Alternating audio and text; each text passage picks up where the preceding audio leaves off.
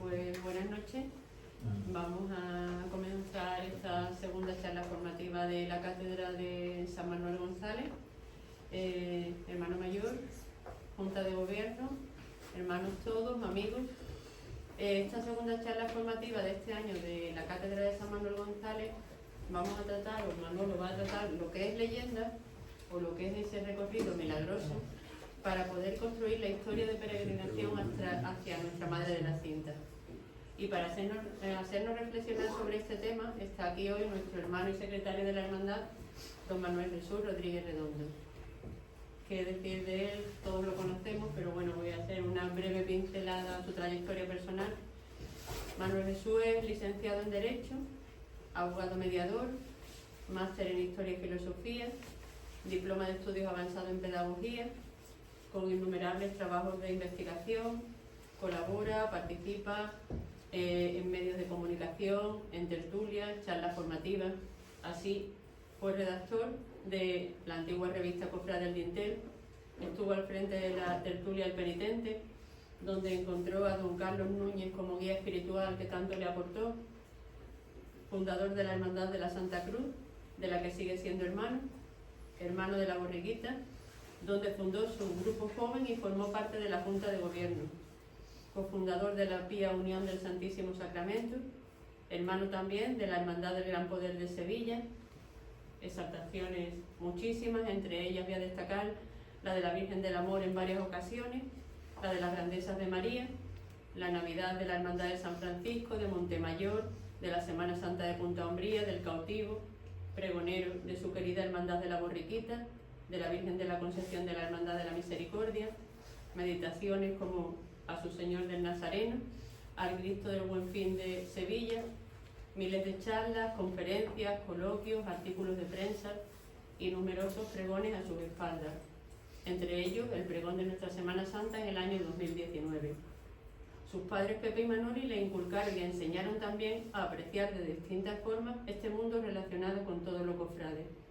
Y sobre todo, Manolo es buen cristiano, cofrade de fe, incansable y lleno de ideas. Y ese amor que profesa nuestra Madre de la Cinta lo demuestra día a día, desde que entró a formar parte de la gestora de la Hermandad y que posteriormente es secretaria en su Junta de Gobierno. Tras esta breve presentación sobre su trayectoria personal, donde se me quedan en el tintero miles de aspectos, nos va a hacer pensar sobre esta segunda charla de este año de la Cátedra de San Manuel, Los Caminos de la Cinta, una propuesta de peregrinación desde la leyenda a la historia. Y te cedo la palabra, Manuel. Te dejo aquí en tu mesa. Muchísimas gracias. Evidentemente habla más el corazón que la razón, en tanto en cuanto nos une, aparte de formar parte ahora mismo de la Junta de Gobierno, pues lazos familiares que todos conocéis, ¿no? En la charla que vamos a desarrollar en los próximos minutos es dentro del ciclo que hemos diseñado este año. La diputada de formación trató de que hubiera, aparte de las charlas, digamos, de contenido pastoral, la primera ya nos la impartió don Cristóbal, nuestro director espiritual, y dentro de 2 jueves será don Francisco Feria quien nos hable del próximo jubileo. Pues se intercala esta, que tiene un contenido, digamos, pues más de base cultural o una parte más de interés histórico y demás. No obstante, voy a tratar también de encajarlo dentro de lo que debe ser la pastoral de nuestra hermandad y de nuestro santuario, ¿no? Por lo tanto, vamos a tener una primera parte en la que vamos a hablar de los caminos de la cinta, la importancia que tiene que tener como eje rector y vertebrador de la actividad de la hermandad lo que es el santuario y sus peregrinaciones. Y por otra parte, en ese proceso de puesta en valor de esos caminos que ya se han presentado y que vamos a abordar en unos momentos, pues voy a compartir con vosotros una serie de hallazgos interesantes que me hacen pensar y que quiero compartir con vosotros sobre la historia y el devenir de una devoción como es la de la Virgen de la Cinta en nuestra ciudad. Y lo primero que me gustaría abordar es la importancia que tiene el Santuario de la Cinta como lugar de peregrinación. A todos los que estamos aquí, no tengo que insistiros en que es una tradición viva. El que visita el santuario, vemos habitualmente la visita de esos peregrinos que diariamente acuden ante la Virgen para pedir favores o darle gracias. Y por lo tanto, esa es la verdadera esencia de la devoción a la Virgen de la Cinta y la naturaleza de este santuario, acoger al peregrino. Esta idea tan simple fue la que se puso como eje vertebrador del Jubileo Cintero de 2017.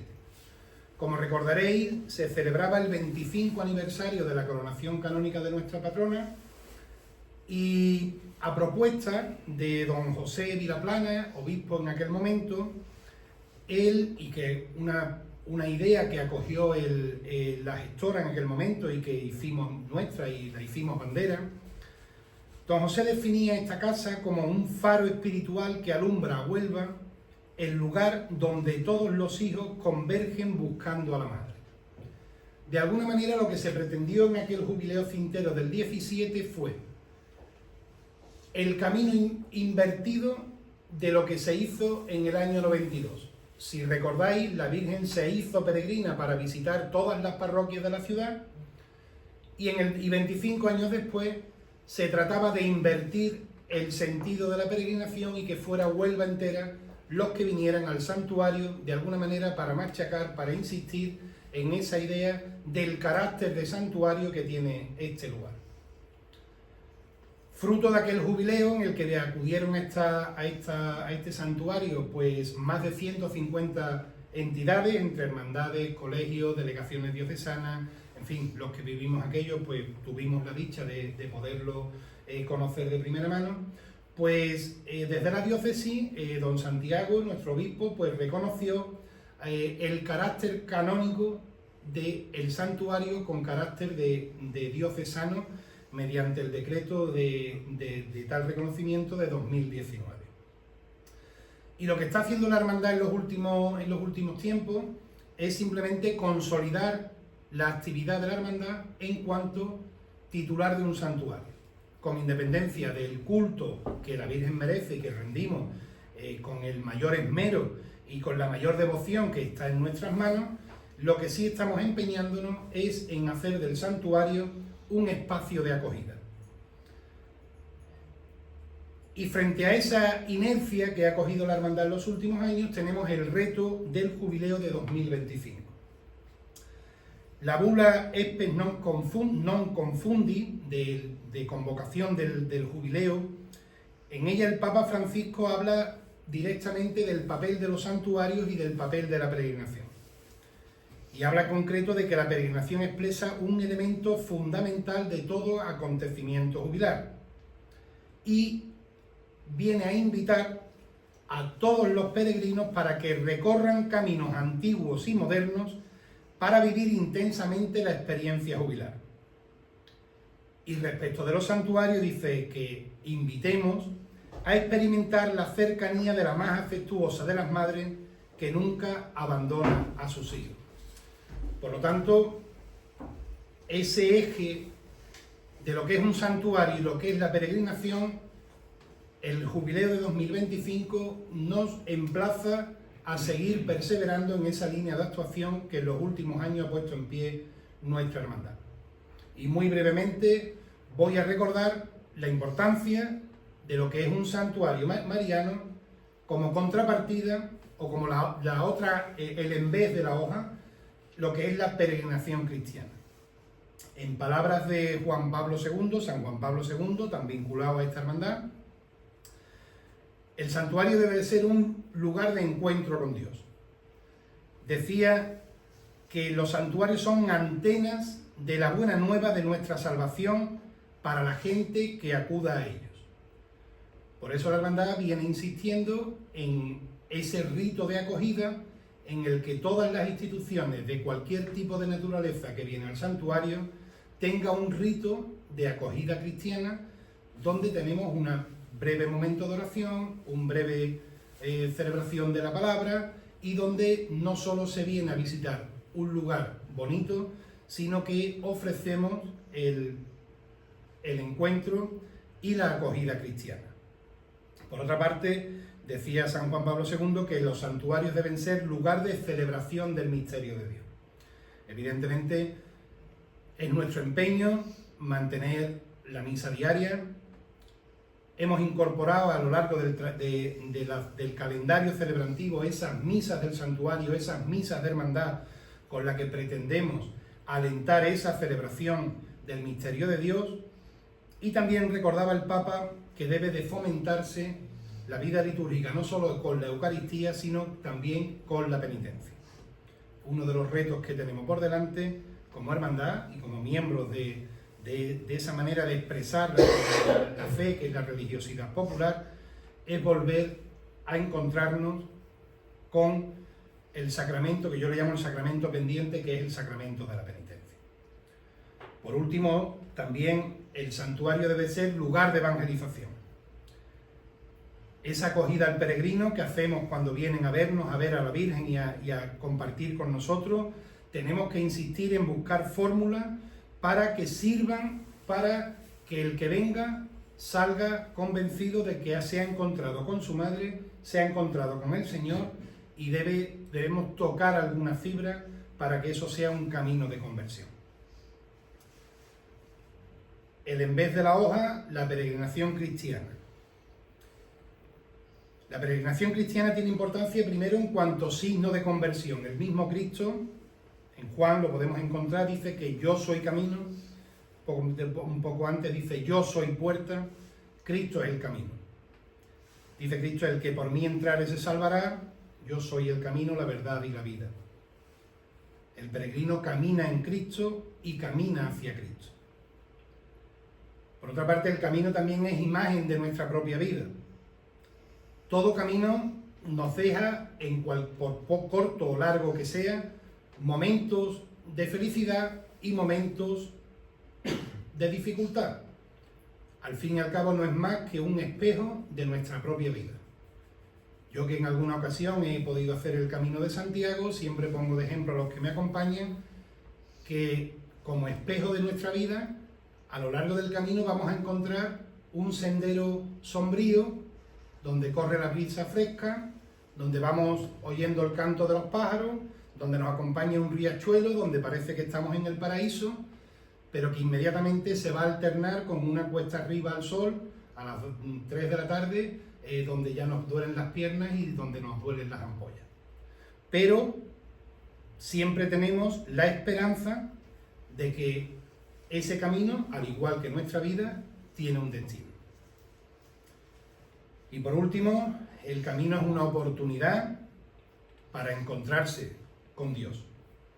El mero hecho de, aunque sea por unas horas, apartarse de la rutina y de la vida cotidiana, ya hace que te alejes de la monotonía y tengas una ocasión de aislarte y de buscar el encuentro con el Señor. Por lo tanto, ese binomio de hacer de esta casa un santuario de mariano, como ofrecer caminos de peregrinación, se está constituyendo en ese eje de actividad de la hermandad para poner en valor este santo lugar. Y como ya he dicho, pues fue en el entorno del jubileo de 2017, el jubileo cintero, cuando pusimos esta idea encima de la cabeza. Y en la preparación surgieron las primeras ideas de cómo desarrollar esto. Y la primera, pues fue fomentar el camino de la Virgen. Si yo os planteo a vosotros cuál es el camino de la Virgen, todos lo tenéis claro, el camino que la Virgen hace tradicionalmente y anualmente, tanto para bajar hasta el centro de la ciudad, hasta la catedral, como para subir de vuelta al santuario. Eso se promovieron distintas peregrinaciones de grupo, se promovió el rezo itinerante del Rosario e incluso se pensó en la señalización de aquellos lugares donde la Virgen para hacer los misterios, para rezar los misterios, señalarlo de alguna manera con azulejo. Esto que os pongo aquí, para que os veáis, pues bueno, el camino que tenéis a vuestra derecha es el camino de bajada por el Conquero, esta es la catedral, el camino pues de vuelta, pues el camino de Gibraleón, el camino que atraviesa todas las colonias y que sube hasta el Conquero. Y eso, pues bueno, pues fue esto, lo meto como curiosidad porque no llegó a aprobarse ni a plantearse siquiera, pero esto es una idea que tenía yo con un viejo amigo, que siempre sabe, el maestro Bienve, que demarcar con ese pequeño, digamos, azulejo con los misterios del Rosario, por los distintos lugares de parada del Rosario de bajada de la Virgen.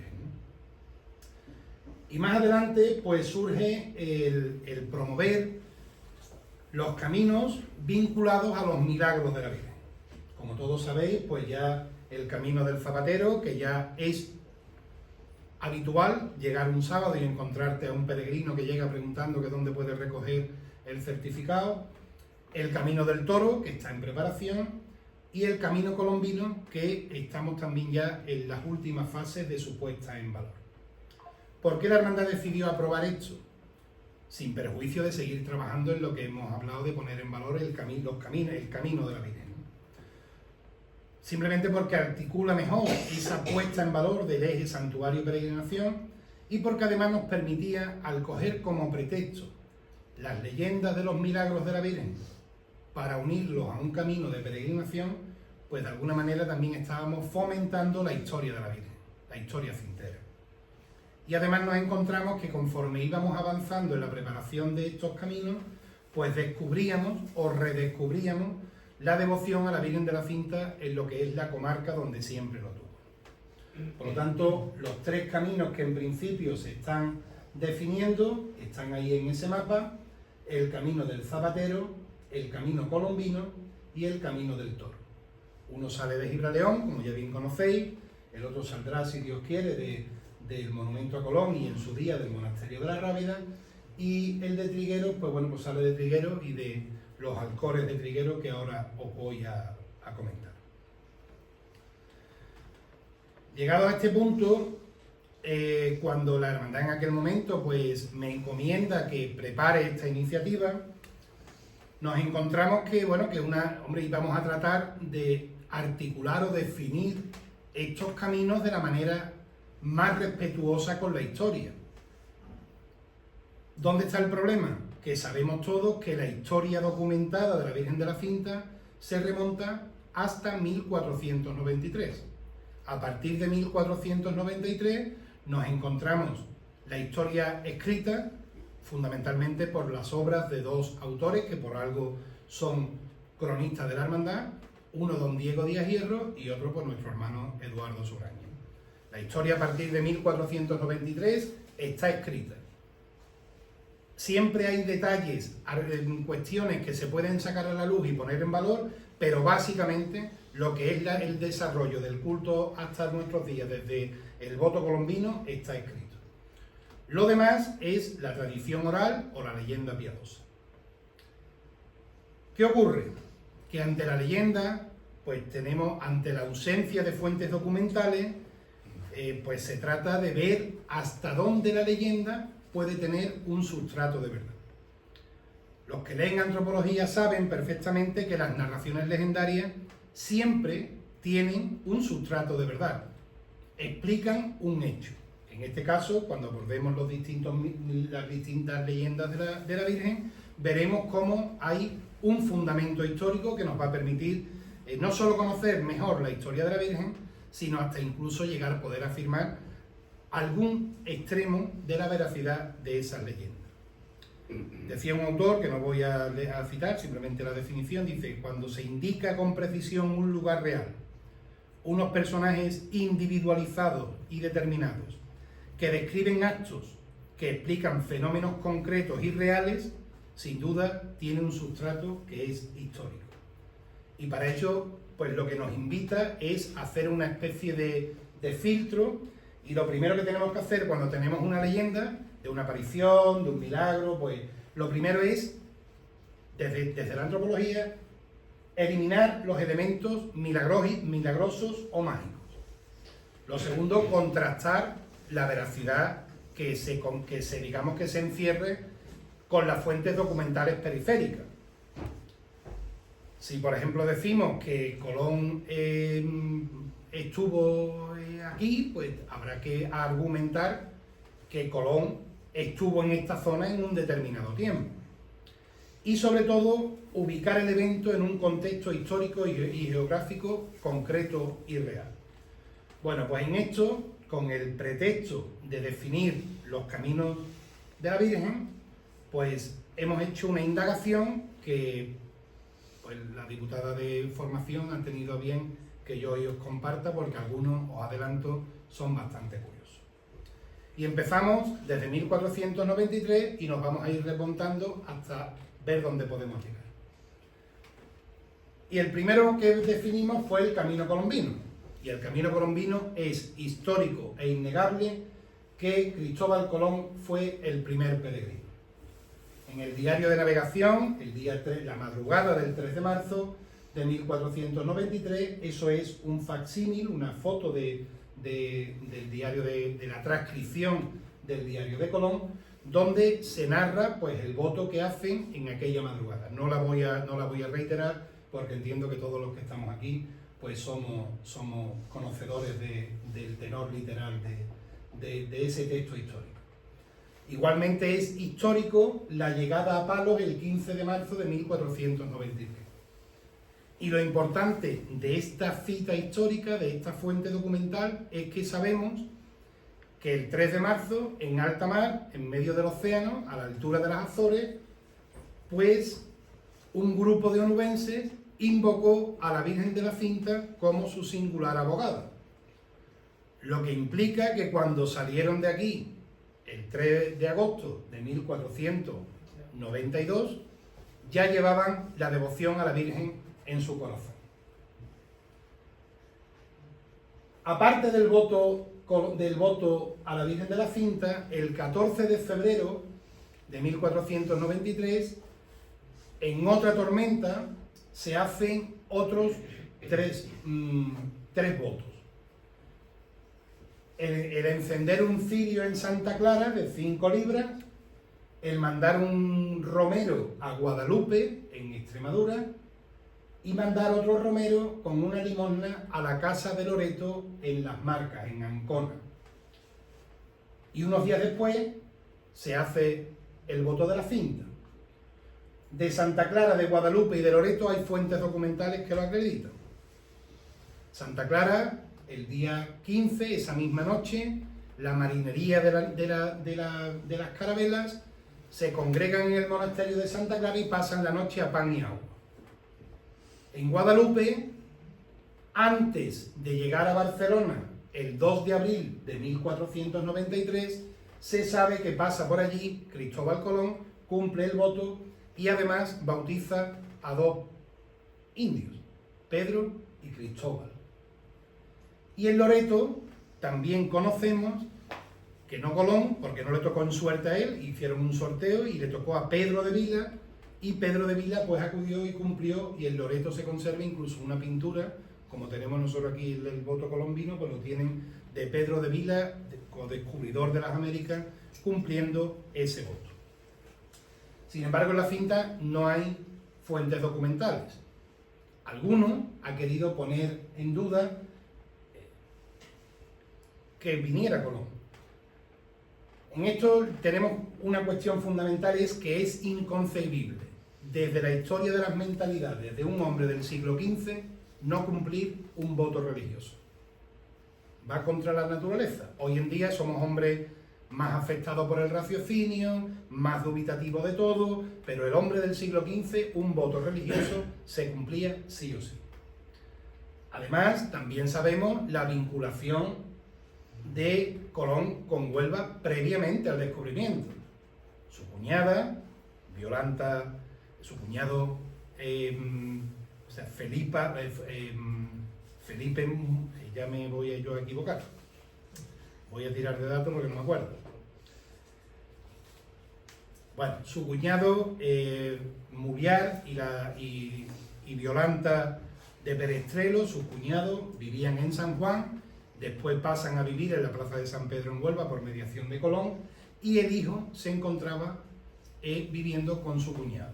Por lo tanto, antes de salir para Guadalupe, yo estoy convencido, y es indudable, que vendría al santuario, si no el mismo día 16 en esos días. Y nos encontramos con, bueno, ya sabemos que Colón estaría aquí y tenemos que definir cuál puede ser el camino. Y vamos a hacerlo como estamos haciendo todo a la inversa. Para llegar a la cinta en el siglo XV se llegaba por el camino de Gibraleón. ¿Por qué? Porque el conquero no tenía un camino habilitado. La habilitación del paseo del conquero se hace en 1902.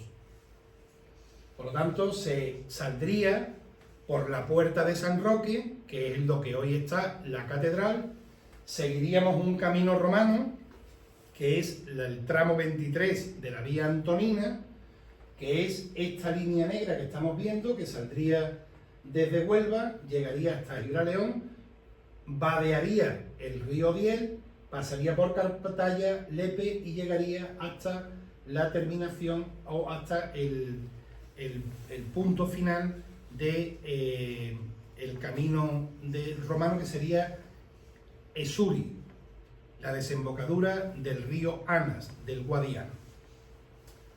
Por lo tanto, sabemos que de la catedral para adelante, es decir, de San Roque, de la antigua puerta de San Roque hacia la cinta, cogería por el camino que sube la Virgen cada 8 de septiembre. Es más, yo creo que, no sé si se le puso el nombre de Avenida Cristóbal Colón por esta circunstancia, pero yo creo que no hay más circunstancia justa que nombrar a esa avenida de Huelva porque fue la que sin duda surcó el almirante Colón. Y el tramo previo, ese plano que está ahí de Huelva, es del siglo XVI, pero es lo más cercano que nos podemos encontrar a la Huelva que encontró Colón. Una Huelva que terminaba pues en 4 calles, dicho mal y pronto. Me permito levantarme y vemos que esto sería la Puerta de la Estrella, esto sería la zona, esta parte sería la zona que se llamaba de la Calzada, el muelle antiguo de la Calzada, y aquello que se ve allí ya es Convento de la Merced, pero donde está el convento habría digamos, la ermita de San Roque, y el camino pues simplemente sería pues lo que hoy sería calle Marina, y enfilar la Vega hasta llegar hasta el santuario. Más o menos dudas nos permite saber si el día 15 Colón pasa la noche en Santa Clara de Moguer, ¿cómo se trasladaría hasta Huelva, hasta el muelle de la Calzada? Esto, que es una recreación basada en datos geológicos e históricos que ha realizado la universidad, muestra en verde la parte que estaría inundada por el agua. Evidentemente toda esta parte era navegable, todo lo que vemos aquí, y si lo vemos, esto sería Moguer, esto sería San Juan del Puerto, que en aquel tiempo se llamaba el Puerto de San Juan, Palos, La Rábida, Huelva, Santuario de la Cinta, Gibraleón y Aljaraque. Bueno, pues toda esta parte, que era zona inundada, con las crecidas se podía navegar. Mi teoría, que una vez pasada la noche en Moguer, cogerían el muelle de la Ribera, bajando la calle de la Ribera de Moguer, y iría en uno de los cientos de naves de cabotaje que había como medio de comunicación de todos estos pueblos, llegaría al muelle de la Calzada y se enfilaría hasta el camino de Gibraleón, camino del santuario. No obstante, a la hora de cerrarlo, de determinar el camino, hemos fijado el comienzo en la punta del Sego, por dos cuestiones fundamentales: poner en valor la presencia de la Virgen tanto en el muelle de Levante como en el monumento a Colón. Esta es la foto de la inauguración del monumento a Colón, y si no, espero que se vea bien, la que preside el acto es una réplica de la Virgen. Bendición de los muelles definitivos, del muelle de Levante, y estuvo la Virgen presente en una procesión fluvial. Por lo tanto, el camino que hemos definido en función a esta pequeña aproximación histórica partirá del monumento a Colón, el único lugar colombino junto al el santuario de la Cinta que tiene ese carácter legalmente, recorrería todo lo que es la zona portuaria hasta llegar al muelle y, como hemos dicho, cogería la calzada, La Vega, camino de Gibraleón y llegaría hasta el santuario. Pues seguimos en nuestro recorrido y alcanzamos el camino del Toro. Y yo lo pongo como el primer misterio. No el misterio del Rosario, sino el misterio al que nos vamos a enfrentar. Todos sabéis la leyenda. Y básicamente, utilizando lo que hemos dicho desde la antropología, ¿qué nos cuenta esencialmente la leyenda? Lo primero es que no hay ningún milagro. En las leyendas de la Virgen, en los milagros de la Virgen, no hay nada sorprendente. En la tormenta de Colón no se aparece la Virgen. Cuando el toro arremete al mayoral que llevaba el toro bravo por ese camino, no se aparecen los ángeles, no hay rayos, no hay destellos. Son hechos absolutamente naturales. Por lo tanto, esa primera carga que hay que quitar de la parte de mágica o milagrosa, en las leyendas de la Virgen no se dan. Eso es el primer indicio de que puede ser el testimonio de un hecho que realmente ha podido pasar. Pues, ¿qué nos dice? Se ubica al final del siglo XIV, concretamente en diciembre de 1400, en la zona del santuario. Lo protagoniza un pastor de reses bravas y el hecho en sí es que un toro le embiste, él sale huyendo, cae en unas piedras y hay un tumulto y el toro pues se asusta, ¿no? Y el toro pues no lo embiste y no lo mata. Y al descubrirse la pintura mural de la Virgen, se propicia la construcción de la ermita.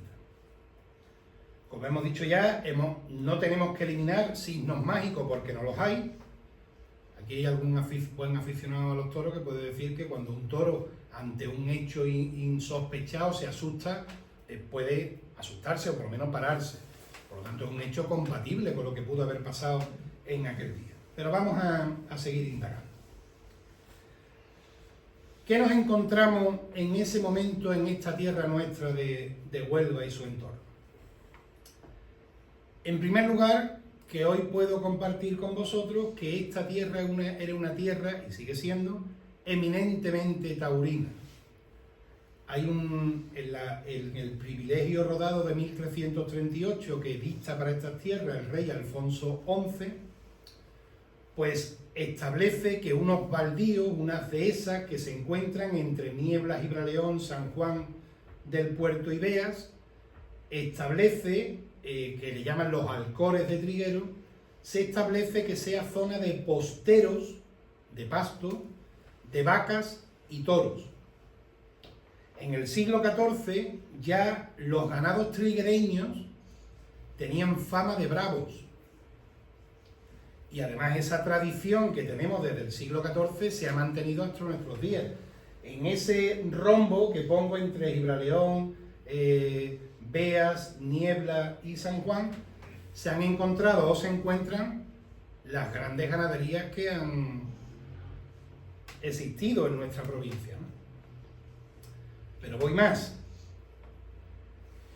La afición de Huelva por los juegos de toros, que es como se recogen las fuentes de aquel momento, están atestiguadas al menos desde el siglo XIV. Unos grandes aficionados eran los duques de Medina-Sidonia, condes de Niebla y señores de Huelva, que se hacen cargo de la jurisdicción señorial de estos territorios en 1369. Y eran conocidos los juegos de toros que se hacían en la plaza del Señor San Pedro, donde estaban las casas consistoriales, la parroquia mayor y el castillo, y en la plaza del Señor San Juan. La plaza del Señor San Juan era donde hoy Plaza de las Monjas, donde se encontraba la trasera del Palacio de los Duques.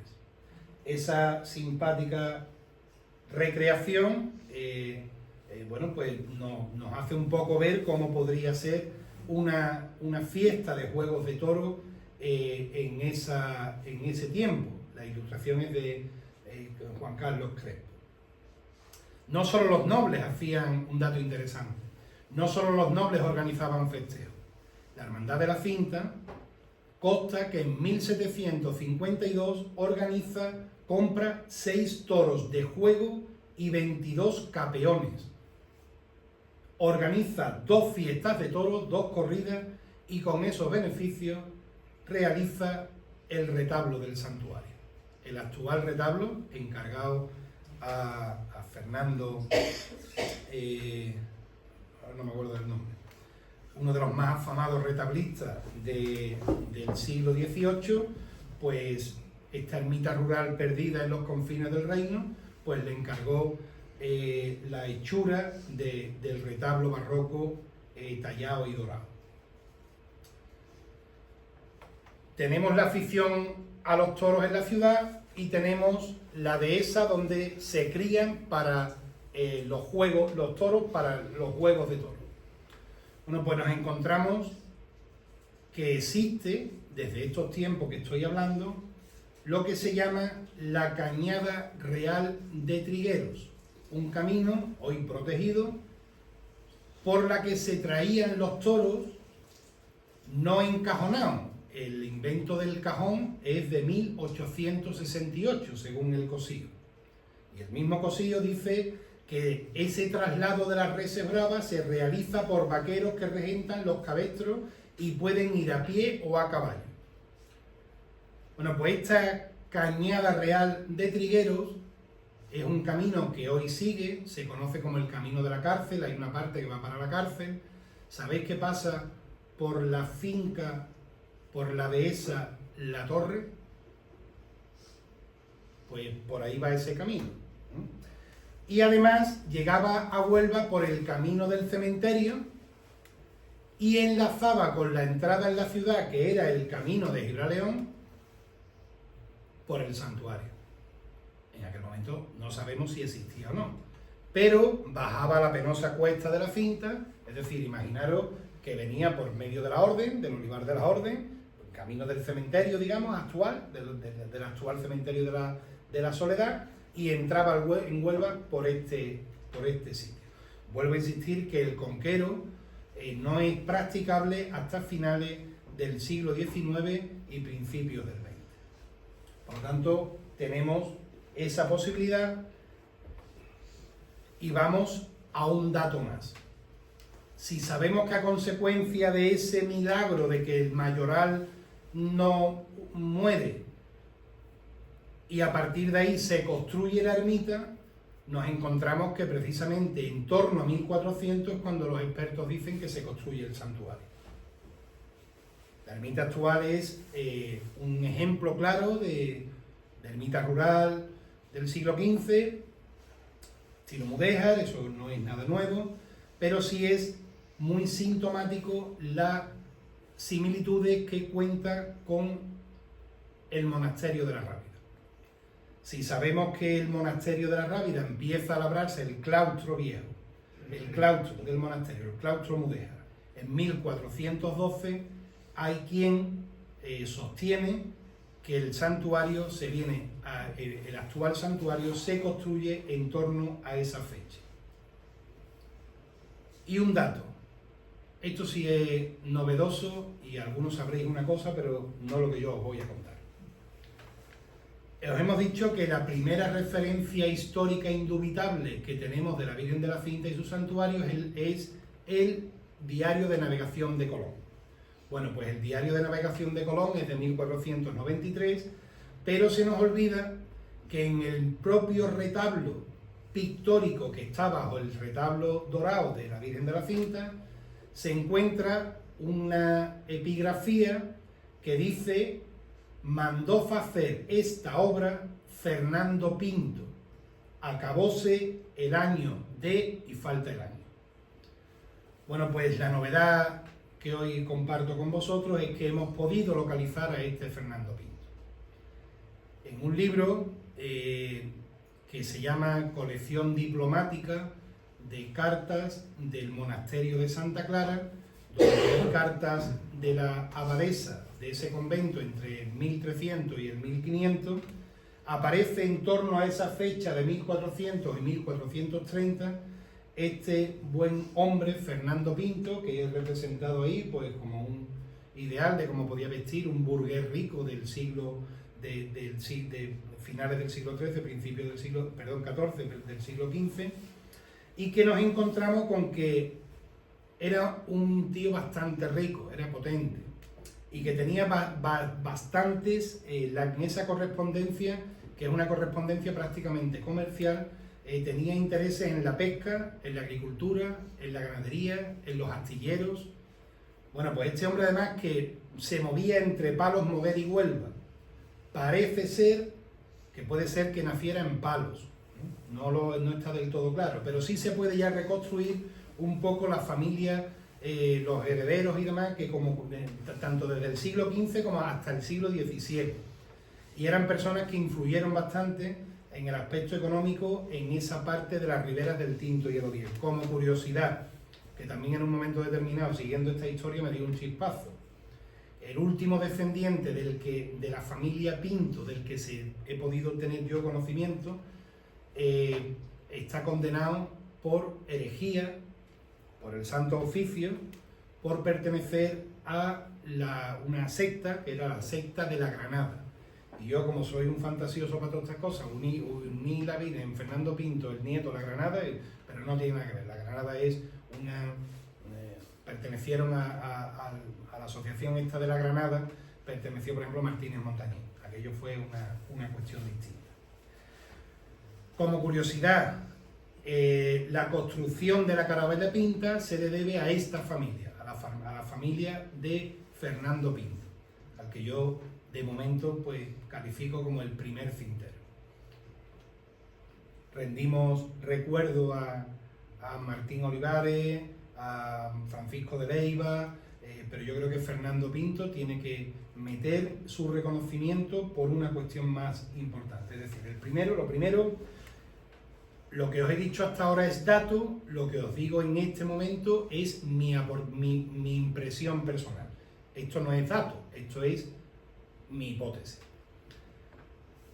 El carácter de capilla rural a mí me huele y se identifica con un carácter votivo. ¿Qué llevaría a este hombre a hacer una capilla en medio del campo? Por otra parte, cuando habla de que cuando manda hacer el altar mayor, el retablo mayor, con la imagen que digamos, titular del templo, no sabemos si lo que mandó pintar fue el retablo o hacer la ermita. Yo me decanto porque sería el que mandara hacer la ermita. ¿Por qué? Primero porque de lo que se denota de las cartas que se conservan donde se le cita, avalan que tenía recursos suficientes, y sobre todo porque en aquel contexto social un burgués, el regalar una iglesia, el hacer una iglesia lo colocaba en la élite de aquel momento, como a posteriori fue, ¿no? Y yo ya hilando y ya pues completo la hipótesis. Hemos dicho que está atestiguado que tenía intereses ganaderos. ¿Traería esos intereses ganaderos serían traer toros bravos a San Pedro o a la plaza de San Juan para festejar los juegos de toros y a un mayoral de él se le arremetiera el toro? ¿Sería en pago de aquel evento, testimonio de aquel evento, todo esto que os estoy contando? Ya nos estamos metiendo en el terreno de la hipótesis, desbarrando en la leyenda, pero creo que era interesante que conocierais los datos que estamos trasladando. Por lo tanto, para definir el camino del toro, pues saldría siguiendo esa senda de la cañada real de Trigueros, pues saldría de Trigueros, pasaría por la dehesa la torre, llegaría hasta el cementerio, y del cementerio pues llegaría hasta el santuario. Esperemos pronto, es un camino que está protegido por distintas normativas, que pronto lo podamos también poner en valor.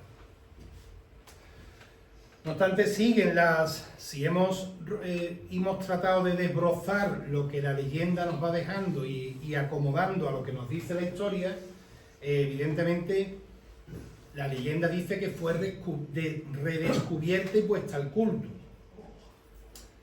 Hay una tradición constante, la leyenda del Moro, que en otro momento trataremos, también habla de que la Virgen se reubica. Y lógicamente, pues, la identificación de esa primera capilla, pues, es el Humilladero. ¿Dónde surge la primera duda? Cuando sabéis que cuando vino a Juan José Fondevila, arquitecto y jefe del Departamento de Conservación del Patrimonio Histórico de la Delegación de Cultura, además experto en ermitas rurales, le preguntamos, pues vino a hacer una evaluación de cómo se encontraba el templo, se encontraba en buenas condiciones, y en esa visita pues le preguntamos por qué los pilares de la iglesia no son simétricos, y por determinadas condiciones. Y este hombre, pues sin hacer un estudio en profundidad, simplemente por lo primero que él le podía venir por su experiencia en el terreno, él decía que no descartaba que hubiera una construcción anterior. O la construcción que tenemos ahora hubiera sido remodelada a lo largo de los siglos, que es cierto que sabemos que se han hecho remodelaciones en el siglo XVIII, en el siglo XIX, incluso en el siglo XX.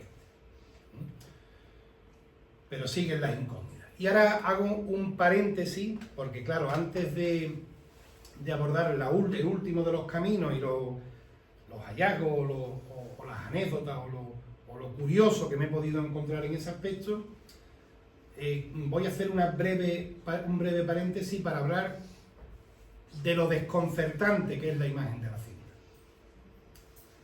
Esa imagen que está ahí, que se encuentra reproducida casi a tamaño, prácticamente tamaño literal en el centro de atención al peregrino y la tienda de recuerdo, es la imagen más real que conservamos de la Virgen antes de su destrucción. Y sin ser experto en arte, no más allá de un mero aficionado, y recogiendo todos los que han estudiado la imagen de la Virgen de la Cinta, pues presenta un galimatías que es un nudo de gordiano que es muy difícil de desentrañar.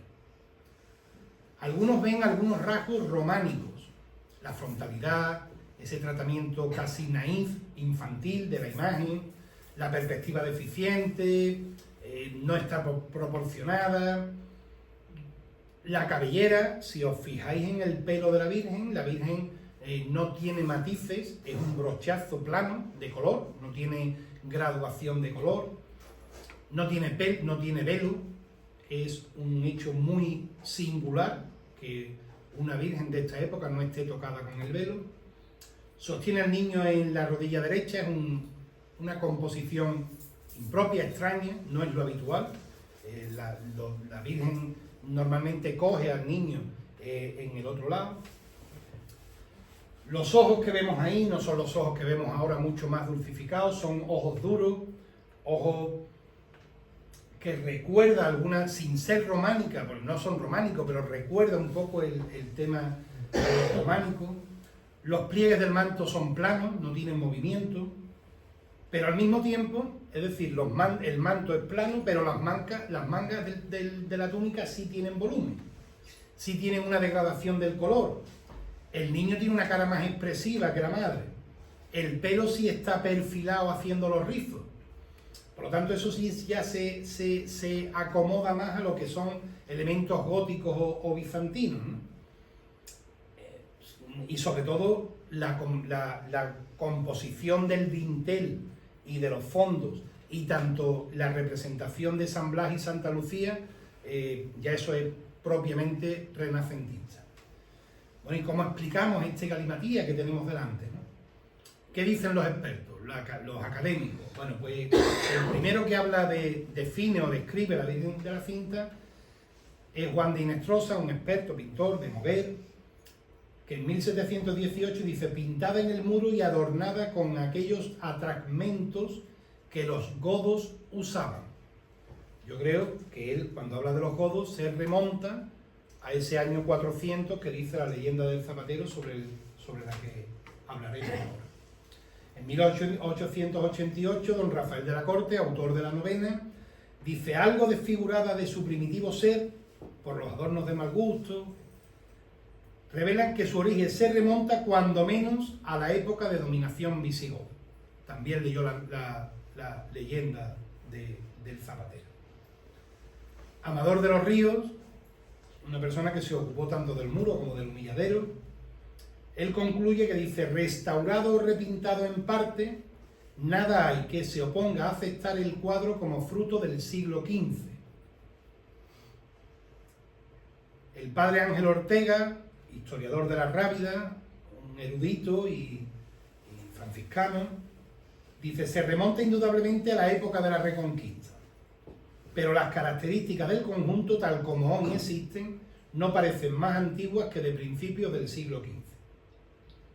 Don Diego Díaz Hierro, padre de la historiografía onubense, devotísimo de esta hermandad, hermano de la Virgen y cronista de la hermandad, y experto en arte, ¿no? Este era académico. Dice: todo apunta a una pintura de la Alta Edad Media, de composición e iconografía románica, con influencias e inspiración bizantina, pero al final concluye, descarta que sea del siglo XI, dice: es una obra de mediados del siglo XII, ya que, como aparecen unos ángeles coronándola, eso no puede ser del siglo XI porque es un signo del siglo XI. Viendo esto, no nos queda claro nada. No sabemos cuándo ni a qué estilo pertenece. Y llegamos la más controvertida de las catalogaciones, que la hace el eminentísimo Juan Miguel González Gómez, catedrático de Historia del Arte de la Universidad de Sevilla, una eminencia, autor con su discípulo y con otra eminencia, con don Manuel Jesús Carrasco Terriza, el autor famoso de Escultura mariana onubense. Es una autoridad. Bueno, pues esa autoridad dice, en 1981, cataloga el mural y la ermita como una obra de finales del 400. Y al hacerlo lo compara con tres imágenes muy conocidas: la Virgen de Rocamadour de San Lorenzo, de la iglesia de San Lorenzo de Sevilla, la Virgen de la Antigua, que se encuentra en la catedral, y la Virgen del Coral de la iglesia de San Ildefonso. Lo último que a mí se me ocurriría en esta vida sería contradecir lo que dice Juan Miguel González Gómez. Pero una mera visión de aquellas tres imágenes con la Virgen de la Cinta, hay elementos que chirrían. Pero no fui yo, fueron otros los que lo pusieron en duda. En 1987, otra investigadora, Carmen Pizarro, incide en la diferencia de lo que nos encontramos debajo del muro, ¿no? Dice que, por una parte, las efigies laterales, San Blas y Santa Lucía, no tienen repinte. El trazo, concretamente los gruesos trazos negros que delimitan sus contornos y rasgos físicos parecen originales y propios del siglo XV. En el 88, por lo tanto, lo que viene a decir ya que estamos distinguiendo una pintura propiamente del siglo XV, que son los santos, y la Virgen, el centro, que no termina de encajar. Don Manuel Jesús Carrasco Terriza, erudito en arte, la máxima autoridad ahora mismo en la diócesis de Huelva, se atreve a matizar o a lanzar una reflexión que se le había un poco saltado a González Gómez, ¿no? Y él llama la atención que dice: para datar su factura de la Virgen de la Cinta, hemos de partir del hecho del voto de Colón. Es decir, tiene que ser suficientemente anterior a 1493 y al menos a mediados del siglo XV. ¿Por qué? Porque no es compatible que unos marineros de una virgen que algún autor dice que es incluso posterior a Colón, pues que ya la tuvieran como fruto de su devoción a la altura de monasterios como Guadalupe o la Casa de Loreto. Y en 1990, pues González Gómez se corrige, para no dejar a su pupilo también en mal lugar. Una década después matiza que hay dos momentos en su ejecución, uno el paño central, que sería del último tercio del siglo XV, y los otros paños laterales, que serían del último cuarto del siglo XV. Hay otros autores, no me voy a enredar más, pero la última catalogación que se ha hecho de la Virgen es de esos dos autores, Rodríguez Guillén y Cuaresma Maestre, donde afirman que San Juan y Santa Lucía son dos obras claras, se centran en las imágenes laterales, de lo que se llama la escuela del entorno del monasterio de la Rábida, con pinturas que están en Santa Clara de Moguer, en San Antonio, en la propia Rábida, San Antonio, o especialmente en las del claustro viejo de San Isidoro del Campo, que están documentadas a principios del siglo XV. Aquellas dos son de San Isidoro del Campo, esta del santuario de la Cinta. Bueno, pues en conclusión, y terminando este paréntesis antes de abordar el último camino, la Virgen parece ser que tiene un origen medieval, que fue muy repintada, que hoy es imposible saber qué parte es de parte de tiempo, y lo que sí tenemos claro es que tanto Santa Lucía como San Blas son de primero del siglo XV, momento en el que se hace el santuario que con determinadas modificaciones hoy conocemos. Por lo tanto, si sabemos que la Virgen es anterior, ¿dónde estaba? ¿Una ermita anterior? ¿En otra ubicación? Bueno, pues ese es el misterio que es irresoluble, ¿no? Hasta que no aparezca alguna fuente nueva. Bueno, pues ya abordamos el último de los caminos, que es el camino del zapatero. No voy a insistir en el mismo, todos lo conocemos. Y básicamente pues ubica el evento en el camino de Gibraleón a Huelva, cita que es hacia el año 400, y todos conocemos que es un zapatero, que tiene un dolor, que se ciñe una cinta al pecho, invoca a la Virgen y se le pasa. Volvemos a lo que nos dice la antropología. No hay nada de milagroso, no hay ángeles cantando, no hay destellos, no se aparece la Virgen, no hay teofonía, no oye voces, simplemente le entra un dolor, se ciñe esa cinta al pecho y se le pasa, después de haber pedido la protección de la Virgen. Y fruto de ese favor que interpreta que le ha concedido la Virgen, manda a hacer esa pequeña capilla. Ya hemos hablado del tramo, de esa vía romana, el tramo 23 de la vía romana, que salía de Huelva por la puerta de San Roque, cogía toda la vega, iba junto al río y que llegaba por la vereda de Peguerillas hasta la pasada del Zubar, que hoy en día se conserva, que es donde se podía cruzar el río Odiel. No había puentes, sino eran unas piedras en medio y se pasaban con unas tablas.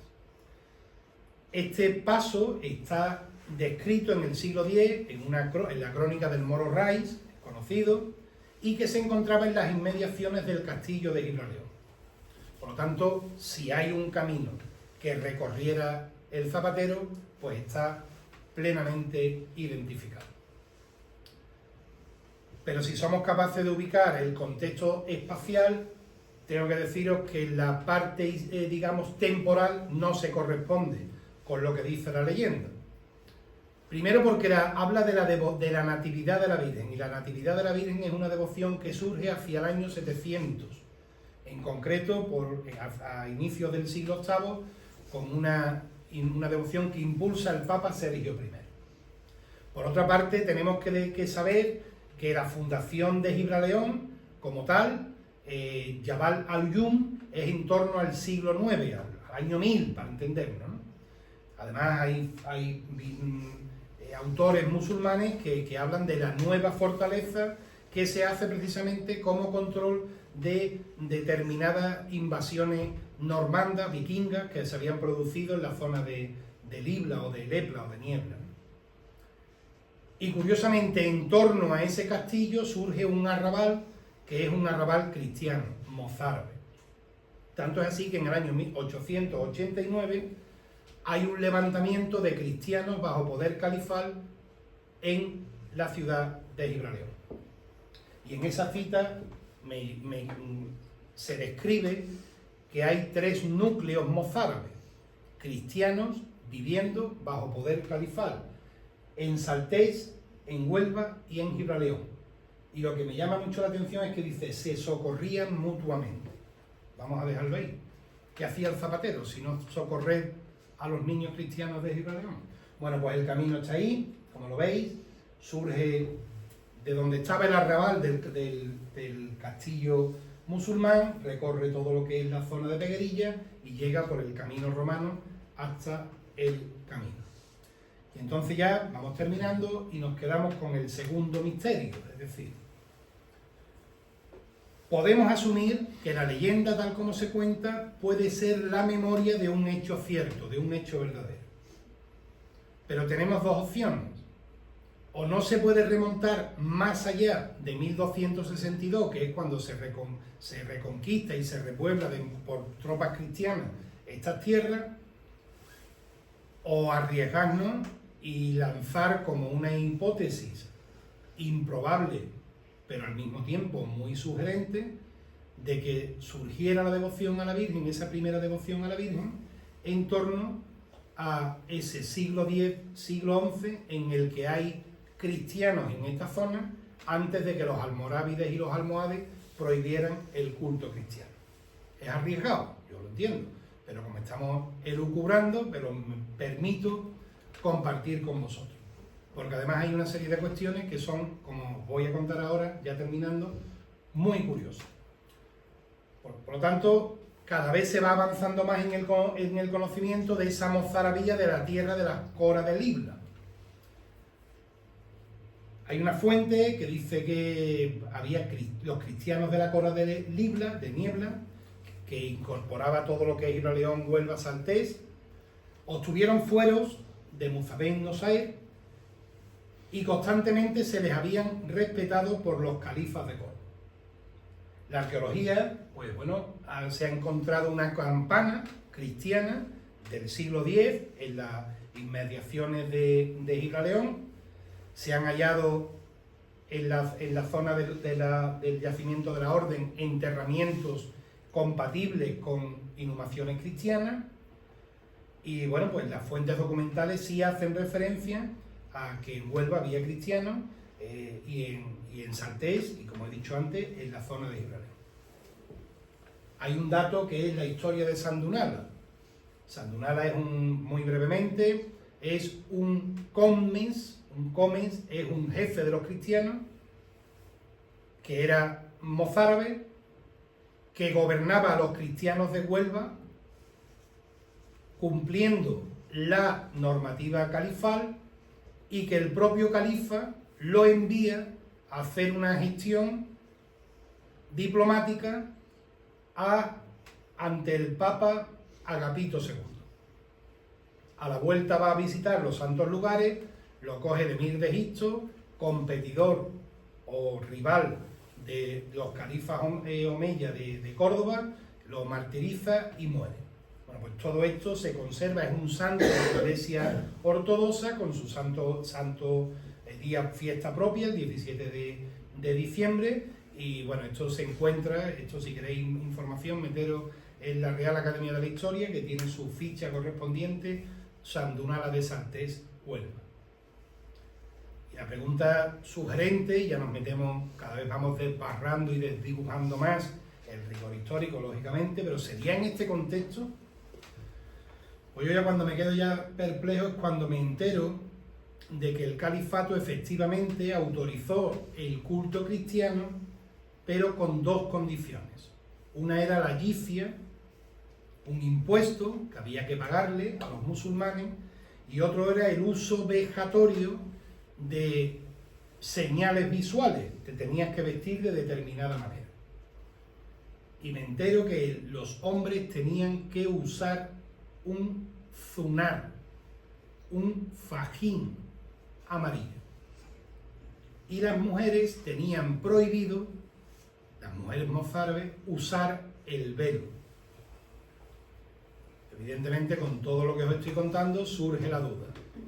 ¿Sería el zunar de Juan Antonio el Zapatero el que se abrochó al pecho?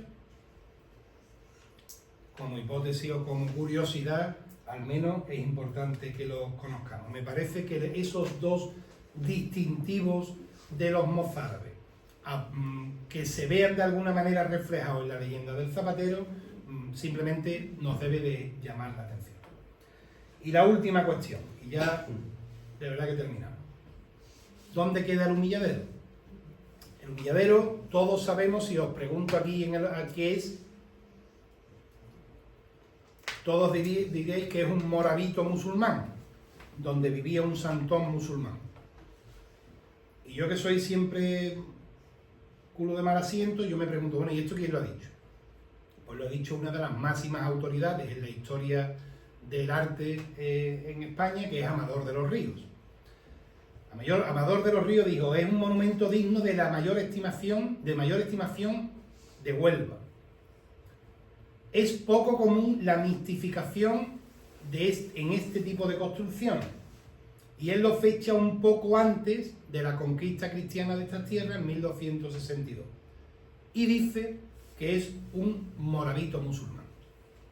Bueno, pues si indagáis un poco, esto no es que sea un código secreto en el que no tengáis nadie acceso, si bicheáis un poco y leéis sobre lo que son los moravitos, el morabito no es el edificio, es el santón. Eran estudiosos del Corán, que vivían de manera eremita, a los que iban los fieles musulmanes a pedir la baraka, la bendición.